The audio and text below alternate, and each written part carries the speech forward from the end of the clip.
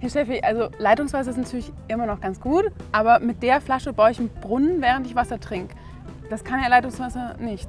Abgefahren. Ja, bei mir ist es auch. Ich habe mir hier so eine Flasche gekauft. Die spenden für jede Flasche einen Tag Trinkwasser an jemand. Ich meine, das ist schon geil, oder? Mega. Guck sie dir an, ey. Sag mal, Steffi, was ist hier eigentlich los? Ey, du erzählst die ganze Zeit in irgendwelchen Videos was von Leitungswasser und jetzt sitzt du da und trinkst diese Plastikplörre oder was? Aber hier steht doch so 10 Cent werden gespendet. Ich meine, das ist doch gut, oder? Leute, das ist Marketing. Ich glaube, wir müssen mal was aufklären. Ich glaube auch. Also, Vielleicht seht ihr ja auch öfter dieses Flaschenwasser in Cafés oder Supermärkten, wo ihr beim Kauf an ein gemeinnütziges Projekt spenden könnt oder wo auch die Verpackung mal aus 100% recyceltem Plastik ist und dadurch angeblich super nachhaltig. was diese Marken gemeinsam haben, ist ihre Marketingtechnik. Greenwashing oder Cause-Related Marketing. Was ist das genau? Ist das gut, dass man das kauft? Und wo ist der Unterschied zwischen den beiden? Das seht ihr jetzt.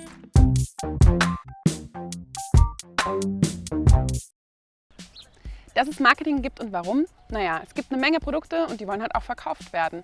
Um in der Menge aufzufallen, macht man Marketing. Also Pricing, Produktdesign, Werbung. Genau, und daran ist ja auch erstmal nichts verkehrt. Also wir wollen ja auch zum Beispiel, dass ihr Leitungswasser trinkt und deshalb verkaufen wir das euch im übertragenen Sinne durch Werbung.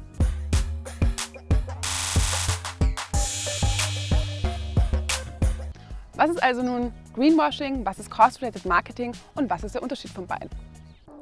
Greenwashing. Greenwashing heißt so viel wie Grünwaschen. Das heißt, ein Unternehmen stellt sich nachhaltiger dar, als es eigentlich ist. Dabei versucht es sich durch verschiedene Maßnahmen ein nachhaltiges Image in der Öffentlichkeit aufzubauen. Das hat dann wiederum einen positiven Effekt, zum Beispiel auf den Verkauf von den Produkten des Unternehmens. Das Problem ist, dieses Image ist fake, denn diese Maßnahmen sind zum Beispiel überhaupt nicht effektiv oder sie täuschen über andere Umweltsünden des Unternehmens hinweg oder die zeigen nicht den wirklichen Grad der Nachhaltigkeit von diesem Unternehmen. Cares about some oil spill environment crap. Und das ist gerade so richtig angesagt. Das sagt zumindest Brigitte Naderer, wissenschaftliche Mitarbeiterin am Institut für Kommunikationswissenschaft und Medienforschung an der LMU in München. Das funktioniert natürlich besonders gut in der aktuellen Situation, weil wir eben in einer Umweltkrise sind und weil das jetzt auch eigentlich den meisten KonsumentInnen sehr, sehr bewusst ist und daher so grüne Produkte sehr stark nachgefragt werden. Und Unternehmen haben da ganz konkrete Strategien, wie sie eben diese Nachhaltigkeitsaspekte uns glaubhaft machen wollen und verwenden dazu oft eben sehr vage Sprache. Echte Kraft kommt aus der Natur. Verwenden falsche Siegel, Farbgebungen, die uns eben intuitiv das Gefühl geben, dass wir hier ein nachhaltiges Produkt kaufen, was wir aber de facto nicht machen. Das Washing gibt es übrigens auch in anderen Farben und auch in anderen Bereichen, zum Beispiel in der Gesundheit. Das nennt man dann Health Washing und das ist zum Beispiel, wenn man Lebensmittel gesünder darstellt, als sie es eigentlich sind. I'm organic. Wird zum Beispiel so gemacht, indem man, sagen wir mal, sehr süße Getränke auf einmal in einem Sportkontext bewerben lässt und somit irgendwie mitverkauft, dass es ja gar nicht so schädlich oder sehr viel gesünder ist, als man glaubt. Oder indem man zum Beispiel einen Schokoriegel verkauft, der angeblich Erdbeergeschmack hat und dann guckt man eben Erdbeeren drauf, damit eben diese Naturassoziation und Gesundheitsassoziation stärker ist. Und das ist eben auch das Problem für uns KonsumentInnen. Die Werbung weiß schon sehr gut, wie sie uns abholen kann. Cost-Related Marketing. Cost-Related Marketing, was so viel heißt wie zweckbezogenes Marketing, beschreibt eine Zusammenarbeit zwischen einem Unternehmen und einer Non-Profit-Organisation. Wie sieht das genau aus? Bei Cost-Related Marketing gibt es wirklich einen guten Zweck. Zum Beispiel fördert das Unternehmen etwas Nachhaltiges oder im Bereich Umweltschutz. Also, man kauft einen Kasten Bier und rettet einen Quadratmeter Regenwald. I did that? Die Frage ist, ob das auch wirklich einen Impact hat. Und Cost-Related Marketing beinhaltet auch Maßnahmen in anderen Bereichen wie soziales Engagement oder Entwicklungshilfe.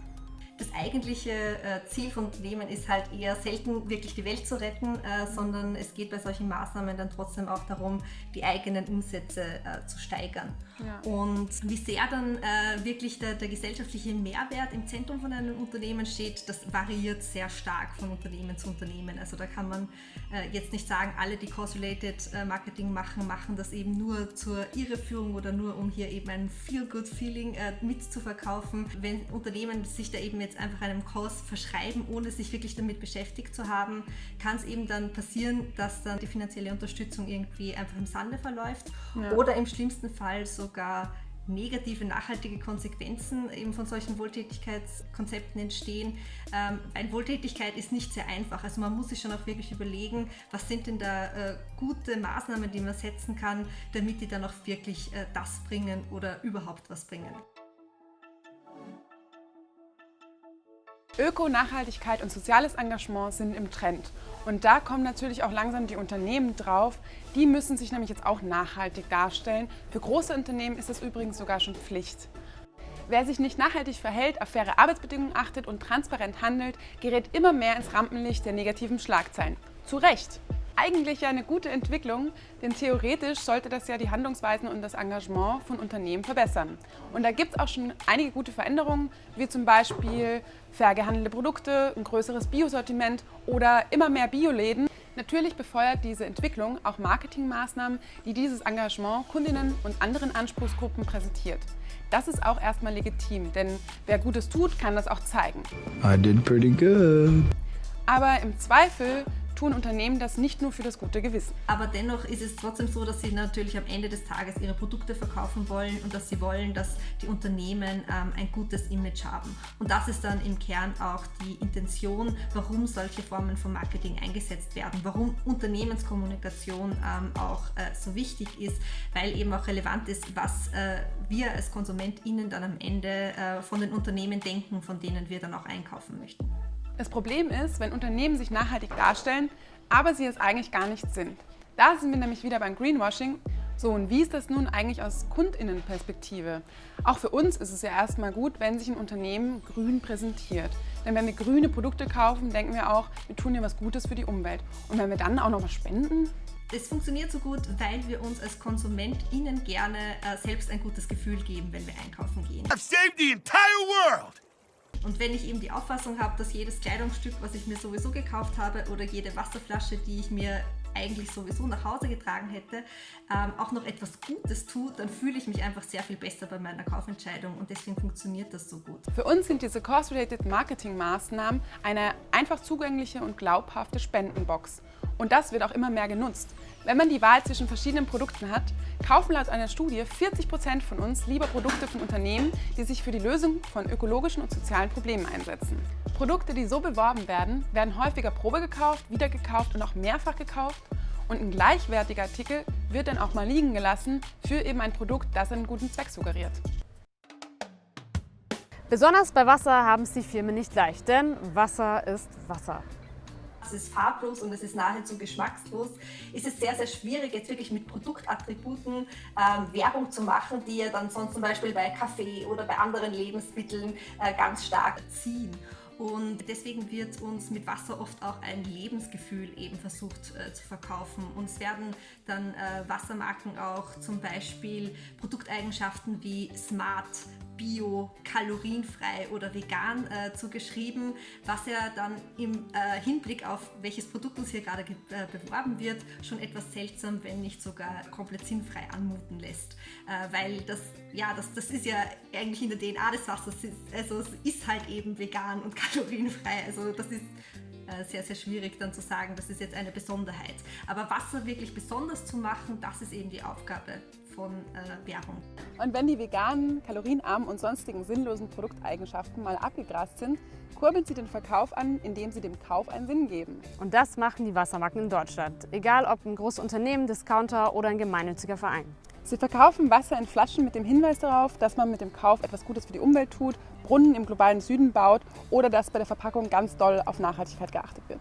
Nur bei Wasser in Deutschland gilt, jegliches in Flaschen verpacktes Wasser ist immer weniger nachhaltig als Leitungswasser. Deshalb ist das für uns alles Bluewashing. Und ich meine, Brunnen im globalen Süden bauen ist eine tolle Sache, aber wenn man das Ganze mit dem Kauf von Flaschenwasser finanzieren muss, was auch eine Menge unnötige Verpackung, CO2 und Energie bedeutet, dann ist das halt einfach nur blöd. Deshalb. Wir brauchen kein Wasser in Flaschen. Beim Kauf eines Produktes, das man sowieso braucht, etwas zu spenden, ist eine super Idee. Aber Wasser in Deutschland muss man nicht kaufen, denn wir bekommen Wasser mit Top-Qualität aus jedem Hahn. Und jedes Greenwashing-Produkt, das gekauft wird, heißt halt auch oft, dass ein tatsächlich grünes Produkt deshalb nicht gekauft wird. das heißt, immer wenn man eine Flasche kauft mit Zusatz Charity-Effekt, weint ein Glas Leitungswasser, das frisch und durch grün gewesen wäre. Zweitens, es legitimiert Flaschenwasser. Wenn man jedes Mal, wenn man so ein Flaschenwasser kauft, dieses positive, gar weltrettende Gefühl bekommt, dann verknüpft sich irgendwann dieses Gefühl mit dem Kauf von einem unnötigen Produkt, Flaschenwasser. Und das ist genau das Problem, denn CRM und Greenwashing, die führen eben dazu, dass man denkt, man müsste ein unnötiges Produkt kaufen, aber das muss man ja nicht. Greenwashing und Cost-Related Marketing sind zwei Marketingstrategien, um Produkte besser verkaufen zu können. Da gibt es bestimmt Ausnahmen und es sind nicht immer nur große Unternehmen dahinter, aber bei Flaschenwasser machen wir keine Kompromisse. Genau, denn in Deutschland muss Wasser nicht gekauft werden. Spart euch die Kohle lieber oder investiert das gesparte Geld, das ihr beim Umstieg von Flaschenwasser auf Leitungswasser spart, in ein geiles Charity-Projekt. So schützt ihr die Umwelt und ihr spendet trotzdem euer Geld.